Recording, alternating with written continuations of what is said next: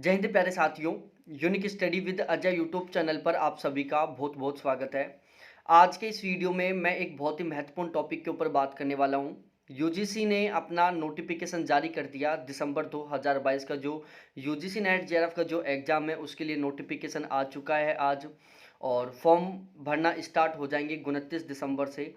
तो यहाँ पर मैं आज बात करने वाला हूँ कि एज लिमिट क्या है, योग्यता क्या चाहिए, कौन कौन कैंडिडेट यहाँ पर फॉर्म अप्लाई कर सकता है, फॉर्म फीस कितनी रहने वाली है, एग्जाम पैटर्न क्या रहने वाला है, जरा पास करने के लिए हमें क्या स्ट्रेटेजी को अपनानी चाहिए, क्या अपेयरिंग वाले कैंडिडेट एग्जाम दे पाएंगे, कितने प्रतिशत कैंडिडेटों को यहाँ पर पास किया जाएगा, 1% को 6% का ये सीन है क्या, नेट जेआरएफ क्वालिफाई करने के बाद आपको क्या क्या फ़ायदे मिलने वाले हैं। आप ये जो नेट जेआरएफ की तैयारी कर रहे हो, नेट क्वालिफाई करने से आपको क्या क्या फ़ायदे मिलेंगे, जेआरएफ क्वालिफाई करने से आपको क्या क्या फ़ायदे मिलेंगे, इन सभी के बारे में मैं यहाँ पर बिल्कुल डिटेल से बात करने वाला हूँ। सबसे पहले नोटिफिकेशन आज आ चुका है, शाम को लगभग 9 बजे के आसपास नोटिफिकेशन आ गया था। एज लिमिट के बारे में, क्वालिफिकेशन के बारे में, एग्जाम पैटर्न के बारे में, फॉर्म फीस के बारे में, एग्जाम डेट के बारे में, रिजल्ट कैसे बनेगा, नेट सेट के फ़ायदे क्या हैं और जेआरएफ क्वालिफाई करने की स्ट्रैटेजी क्या है, इसके ऊपर आज मैं इस वीडियो में बात करने वाला हूं। मैं अजय शर्मा, मेरा ज्योग्राफी से लगातार 3 बार जेआरएफ क्वालिफाई है, और ये हमारा पिछला वाला बैच था जून 2021 और जून 2022 और दिसंबर 2021 वाला जो पेपर हुआ था उसका जो रिजल्ट आया था वो हमारा ये रिजल्ट है। फर्स्ट पेपर के बैच में टोटल 621 कैंडिडेट थे, जिसमें से ये टोटल 6 ऐसे कैंडिडेट हैं जिनके 40 प्लस क्वेश्चन ठीक थे। ठीक है, और ये पूरा पूरा हमारा बैच का रिजल्ट है फर्स्ट पेपर का। 78 नंबर वाले 8 कैंडिडेट थे, 76 नंबर वाले 12 कैंडिडेट थे, 74 नंबर वाले 20 कैंडिडेट थे, 72 नंबर वाले 32 कैंडिडेट थे, 70 नंबर वाले 48 कैंडिडेट थे। अंकिता निर्मा के 42 क्वेश्चन ठीक थे, रवि सियाग पूनम के 41 क्वेश्चन ठीक थे, रामचरण कोमल के 40 क्वेश्चन ठीक थे। ठीक है, इसके अलावा यदि मैं ज्योग्राफी का, क्योंकि यहाँ पर ज्योग्राफी सब्जेक्ट से भी बैच अवेलेबल है, ज्योग्राफी के बैच में टोटल 371 कैंडिडेट थे, जिनमें से 21 कैंडिडेटों का जेआरएफ क्वालिफाई हुआ था और 54 कैंडिडेटों का नेट क्वालिफाई हुआ था। ज्योग्राफी में स्नेहा के 200 में से 154 नंबर थे, विनोद के 152 नंबर थे, प्राची के 150 थे, मधुकर के 150 थे और मोनाली के 150 नंबर थे। ये थे आउट ऑफ 200 ज्योग्राफी में से। ठीक है, अब की बार का पेपर थोड़ा डीपली, थोड़ा कॉन्सेप्ट बेस पर था। अदरवाइज पिछले बैच में 82 क्वेश्चन ठीक हुए थे, हिमाचल प्रदेश की लड़की थी उसके। तो इस तरीके से ये हमारे बैच का रिजल्ट है। इन सभी के बारे में हम बिल्कुल डिटेल से यहाँ पर बात करने वाले हैं। अब मैं एक एक करके सारे सारे क्वेश्चनों को, आपका जो क्वेश्चन है उनके मैं आंसर देने वाला हूं। आपने अभी तक हमारे इस चैनल को सब्सक्राइब नहीं किया तो प्लीज़ एक बार चैनल को जरूर सब्सक्राइब करें। सबसे पहले हम एप्लीकेशन फॉर्म की बात करें तो 29 दिसंबर से 17 जनवरी तक आप फॉर्म भर सकते हो। करेक्शन की डेट है 19-20। ठीक है, 19-20 जनवरी को आप अपने फॉर्म में करेक्शन कर सकते हो। ये थी इंपॉर्टेंट डेट के बारे में। उसके बाद में हम बात करें एज लिमिट के बारे में। देखो, एज लिमिट का क्राइटेरिया में यदि मैं बात करूं, नेट के लिए कोई एज लिमिट नहीं है। 70 साल का कैंडिडेट भी एग्जाम दे सकता है, और 22 साल का कैंडिडेट भी एग्जाम दे सकता है। एज लिमिट है जेआरएफ क्वालिफाई कैंडिडेट, जेआरएफ के लिए, यदि आप जेआरएफ के लिए एग्जाम देना चाहते हो तो यहाँ पर एज लिमिट है। जनरल और ईडब्ल्यूएस के लिए मैक्सिमम एज 31 साल होनी चाहिए, ओबीसी के लिए मैक्सिमम एज 34 साल होनी चाहिए और एससी एसटी के लिए मैक्सिमम एज 36 साल होनी चाहिए। ठीक है, तो ये है एज लिमिट की क्राइटेरिया। मेल फीमेल के लिए बिल्कुल बराबर है। तो नेट के लिए कोई एज लिमिट नहीं है। जेआरएफ के लिए यहाँ पर एज लिमिट है, जनरल ईडब्ल्यूएस की मैक्सिमम 31 साल, ओबीसी की मैक्सिमम 34 साल और एससी एसटी की मैक्सिमम 36 साल। मेल फीमेल की बिल्कुल समान है। अब उसके बाद में हम क्वालिफिकेशन के बारे में बात करें। देखो, क्वालिफिकेशन के लिए यहाँ पर दो कंडीशन है। या तो आपकी मास्टर डिग्री होनी चाहिए, यदि आप अपेयरिंग में हो, सपोज दैट आपका पहला सेमेस्टर है तो भी आप यहाँ पर फॉर्म भर के एग्जाम दे सकते हो। यदि आप जेआरएफ क्वालिफाई कर लोगे तो आपका वैलिड माना जाएगा।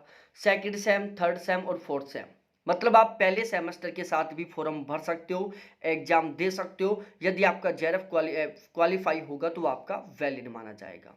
लेकिन एक कंडीशन है कि आपकी जो मास्टर डिग्री है उसमें एग्रीगेट, यदि आप जनरल ईडब्ल्यूएस से हैं तो मिनिमम 55% होनी चाहिए, और यदि आप ओबीसी एससी एसटी से हैं तो आपके मिनिमम 50% होनी चाहिए। ये है मास्टर डिग्री में आपके परसेंट का क्राइटेरिया। कि आपके मास्टर डिग्री में यदि आप जनरल ईडब्ल्यूएस है तो मिनिमम 55% और ओबीसी एससी एसटी से है तो आपके मिनिमम 50% होनी चाहिए फर्स्ट ईयर सेकंड ईयर को मिलाकर या चारों सेमेस्टर को मिलाकर। बाकी पहले सेमेस्टर के साथ भी आप एग्जाम दे सकते हैं।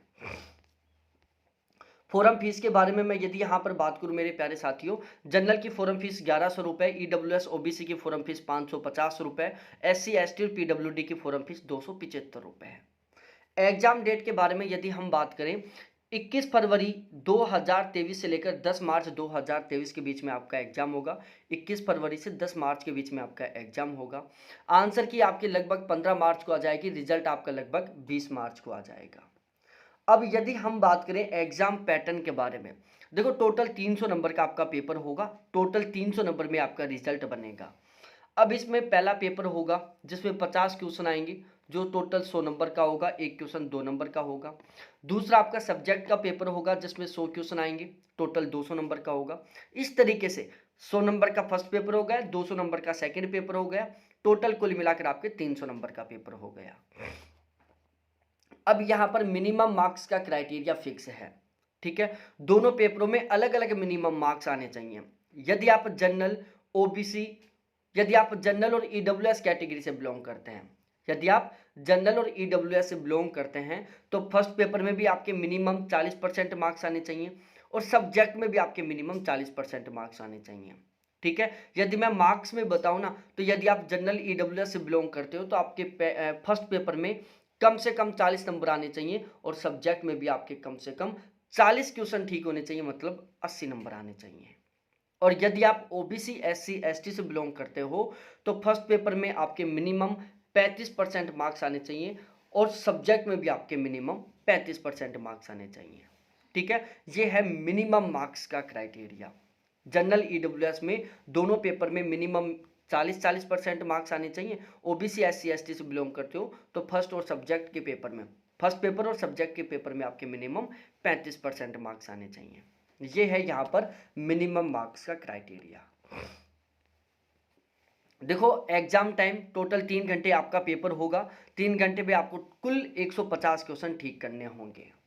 अब यहाँ पर मैं बता देता हूँ एक एग्रीगेट कट ऑफ के बारे में कि लगभग आपको कितना टारगेट लेकर तैयारी करनी चाहिए। देखो हम अनुमान पहले नहीं लगा सकते रिजल्ट के बारे में कि पहले कट ऑफ कितनी जाएगी, इसके बारे में बिना पेपर हुए रिजल्ट के बारे में अनुमान कोई नहीं लगा सकता। लेकिन जिन कैंडिडेटों का जेआरएफ क्वालिफाई होता है, जो कैंडिडेट नेट क्वालिफाई करते हैं, वो एक टारगेट लेकर पढ़ाई करते हैं। तो यहाँ पर मैं ओवरऑल एक एग्रीगेट टारगेट बता रहा हूँ कि आपको ये टारगेट लेकर तैयारी करनी है। यदि आप जनरल से हो तो आपको कम से कम 72% मार्क्स लेके आने हैं जेआरएफ के लिए। यदि आप ओबीसी से हो तो आपको जेआरएफ के लिए मिनिमम 66% मार्क्स लेके आने हैं। यदि आप ईडब्ल्यूएस से हो तो आपको जेआरएफ के लिए मिनिमम 67% मार्क्स लेके आने हैं। यदि आप एससी से हो तो आपको जेआरएफ के लिए मिनिमम 64% मार्क्स लेके आने हैं। और यदि आप एसटी से हो तो आपको जेआरएफ के लिए मिनिमम 62% मार्क्स लेके आने हैं। यही मैं यदि बात करूं नेट के लिए, तो यदि आप जनरल से हो तो नेट के लिए आपको मिनिमम 64% मार्क्स लेके आने। ओबीसी से हो तो नेट के लिए आपको मिनिमम 58% मार्क्स लेके आने हैं। ईडब्ल्यूएस से है तो आपको मिनिमम नेट के लिए 59% मार्क्स लेके आने हैं। एससी से हो तो आपको नेट के लिए मिनिमम 56% मार्क्स लेके आने हैं और एसटी से हो तो आपको मिनिमम नेट के लिए 54% मार्क्स लेके आने हैं। ये है कितना, एक टारगेट। लगभग इतने परसेंट मार्क्स ले आओगे तो आपका जेआरएफ हो जाएगा और आपका नेट हो जाएगा, ठीक है। हाँ, कुछ सब्जेक्ट होती है जिनकी कट ऑफ बहुत कम जाती है, थोड़ी बहुत, कुछ सब्जेक्ट है जिनकी कट ऑफ थोड़ी सी ज़्यादा जाती है, लेकिन यहाँ पर मैं एक एग्रीगेट बात कर रहा हूँ, एवरेज सभी सब्जेक्टों को मिलाकर। अब यहाँ पर हम बात करते हैं एग्जाम क्वालिफाई करने का तरीका कि आपका रिजल्ट कैसे बनेगा। देखो जितने कैंडिडेट पेपर देंगे उनके 1% का, टॉप 1% का, जितने कैंडिडेट पेपर देंगे उनके टॉप 1% का जेआरएफ क्वालिफाई किया जाएगा और टॉप 6% का नेट क्वालिफाई किया जाएगा। अब यहाँ पर फर्स्ट पेपर और सेकंड पेपर दोनों का नया बैच स्टार्ट हो चुका है, ठीक है। 21 फरवरी को जो आपके एग्जाम होने वाले हैं उसी को टारगेट लेकर हम नया बैच शुरू कर रहे हैं, ठीक है ना। बहुत सारे मेरे प्यारे साथियों के दिमाग में क्वेश्चन आएगा कि सर अब जो ये लगभग हमारे पास जो 50 दिन का टाइम बचा हुआ है, क्या इसमें आप सिलेबस कंप्लीट करवा दोगे।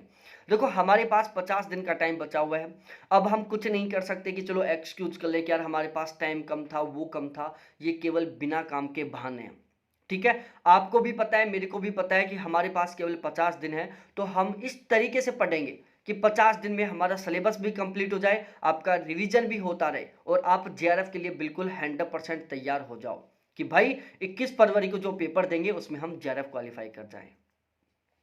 तो कल से नया बैच स्टार्ट हो रहा है फर्स्ट पेपर का भी और ज्योग्राफी सब्जेक्ट का भी। यदि आपके फर्स्ट पेपर में बहुत अच्छा स्कोर नहीं हो पाता, फर्स्ट पेपर की वजह से आपका जेआरएफ नहीं हो पा रहा है, तो आप हमारा ये फर्स्ट पेपर का बैच जरूर ज्वाइन करें। दोबारा आपके साथ कभी ऐसा नहीं होगा। आपका किसी भी हाल में फर्स्ट पेपर की वजह से ना तो नेट रुकेगा और ना ही जेआरएफ रुकेगा। ठीक है, 50 दिन में इतनी गजब की प्लानिंग के साथ यहां पर हम तैयारी करने वाले हैं। तो फर्स्ट पेपर का नया बैच स्टार्ट हो चुका है।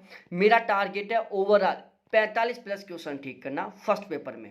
ठीक है, फर्स्ट पेपर में 45 प्लस क्वेश्चन ठीक करने के लिए जो भी बेस्ट कंटेंट हो सकता है, चाहे वो 10 की 10 यूनिट से हो, चाहे वो आउट ऑफ सिलेबस से हो, चाहे वो करंट अफेयर से हो, चाहे वो प्रीवियस ईयर क्वेश्चन से हो, चाहे वो मैथ, रीजनिंग और डीआई से हो, सारा सब कुछ मैं आपको प्रोवाइड करवाऊंगा। एक भी किताब नहीं खरीदनी आपको।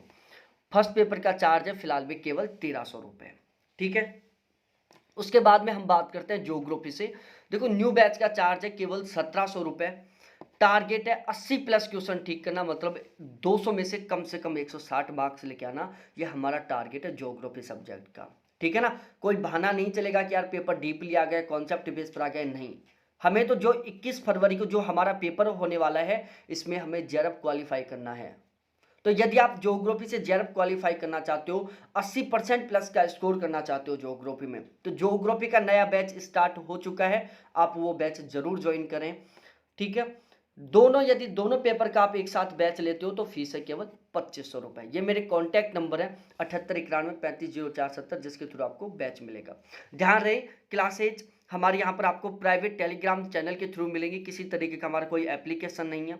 एप्लीकेशन मैंने इसलिए नहीं बनवाया क्योंकि यदि मैं एप्लीकेशन बनवा लूंगा तो देखो उसमें आपका ही नुकसान होगा। मैं फीस तो इतनी ही लूंगा, ज्योग्राफी की 1700 रुपए और फर्स्ट पेपर की 1300 रुपए। अब इसके ऊपर आपका 18% जीएसटी लग जाएगा, लगभग 20% के आसपास आपका इनकम टैक्स लग जाएगा। आपको 30% एक्स्ट्रा अमाउंट बिना काम का पे करना पड़ेगा, 6% पेमेंट गेटवे लगेगा। ठीक है, तो लगभग 35% आपको एक्स्ट्रा पेमेंट करना पड़ेगा बिना मतलब का, ना ही आप मेरे साथ डायरेक्टली कनेक्टेड हो पाओगे। टेलीग्राम चैनल के थ्रू क्लास चलेंगी। कोई भी डाउट हो, कोई भी कंफ्यूज हो, आप डायरेक्टली कॉल करके पूछ सकते हो, मैसेज करके पूछ सकते हो। आपके हर एक क्वेश्चन का 100% जवाब दिया जाएगा। ठीक है, केवल ये टारगेट है कि जेआरएफ क्वालिफाई करना है। फर्स्ट पेपर में 90% प्लस का स्कोर करना है, ज्योग्राफी में 80% प्लस का स्कोर करना है। ये मेरा ओवरऑल टारगेट है मेरे प्यारे साथियों। ठीक है, ये हमारे बैच का रिजल्ट है जो आप देख सकते हैं। उसके बाद में हम बात करते हैं नेट और जेआरएफ के आखिरकार फायदे क्या क्या हैं। देखो, नेट और जेआरएफ के सबसे बड़े फायदे, नेट जेआरएफ क्वालिफाई हो जाता है, आप पीएचडी कर सकते हो, नाम के आगे डॉक्टर लग जाएगा, आप एक स्कॉलर बन जाओगे। आप असिस्टेंट प्रोफेसर के लिए फॉर्म भर सकते हो। अभी फिलहाल में हरियाणा, उत्तर प्रदेश, मध्य प्रदेश, यहाँ से राजस्थान, यहाँ पर असिस्टेंट प्रोफेसर की वैकेंसियाँ आने वाली हैं।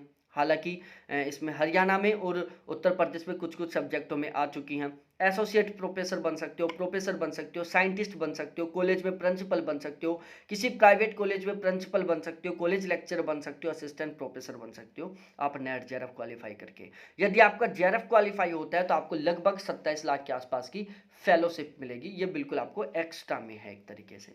ठीक है, नेट होने पर फेलोशिप नहीं मिलती, लेकिन जेआरएफ क्वालिफाई करोगे तो लगभग 27 लाख की फेलोशिप मिलेगी। यदि आप जेआरएफ क्वालिफाई करना चाहते हो तो स्ट्रेटेजी यही है प्यारे साथियों। आप किसी भी सब्जेक्ट से बिलोंग करते हो, लेकिन यदि आपके फर्स्ट पेपर में बहुत अच्छा स्कोर नहीं हो पा रहा है, फर्स्ट पेपर की वजह से यदि आपका जेआरएफ रुक जाता है, फर्स्ट पेपर की वजह से यदि आपका नेट रुक जाता है, ठीक है, आप सब्जेक्ट में तो बहुत गजब का स्कोर कर लेते हो लेकिन फर्स्ट पेपर में नहीं कर पा रहे हो, तो आप हमारा फर्स्ट पेपर का नया बैच ले सकते हैं। अभी स्टार्ट हुआ है, 50 दिन के टारगेट्स के साथ हमारा ये बैच शुरू हुआ है। यदि आप ज्योग्राफी सब्जेक्ट से हैं, ज्योग्राफी में आप जेआरएफ क्वालिफाई करना चाहते हैं और ज्योग्राफी में आप बहुत अच्छा स्कोर नहीं कर पा रहे, तो आप हमारा ज्योग्राफी वाला बैच ले सकते हैं। ओनली 50 दिन के टारगेट के साथ हमारा ये बैच शुरू हुआ है। ठीक है, तो आप चाहो तो बैच ले सकते हो यदि आप जेआरएफ क्वालिफाई करना चाहते हो तो। ठीक है, तो बहुत बहुत धन्यवाद मेरे प्यारे सभी साथियों को देखने के लिए। Thanks bye. 50 दिन है, आपके अकेले के पास नहीं है, सभी के पास 50 दिन है, इसलिए आपको डिमोटिवेट नहीं होना है, टेंशन नहीं लेना है। पूरी प्लानिंग के साथ, बहुत ही अच्छी स्ट्रैटेजी के साथ आपको तैयारी करनी है और मात्र 50 दिन में जेआरएफ क्वालिफाई करना है आपको और एक इतिहास बनाना है बहुत गजब के मार्क्स के साथ। जेआरएफ क्वालिफाई करके। ठीक है, तो 50 दिन है, 50 दिन जबरदस्त तरीके से पढ़ेंगे, 50 दिन में बहुत गजब के मार्क्स के साथ जेआरएफ क्वालिफाई करेंगे और एक नया रिकॉर्ड बनाएंगे। ठीक है, तो बहुत बहुत धन्यवाद मेरे सभी साथियों को देखने के लिए। Thanks, bye. हाँ, प्लीज़ चैनल को जरूर सब्सक्राइब करना।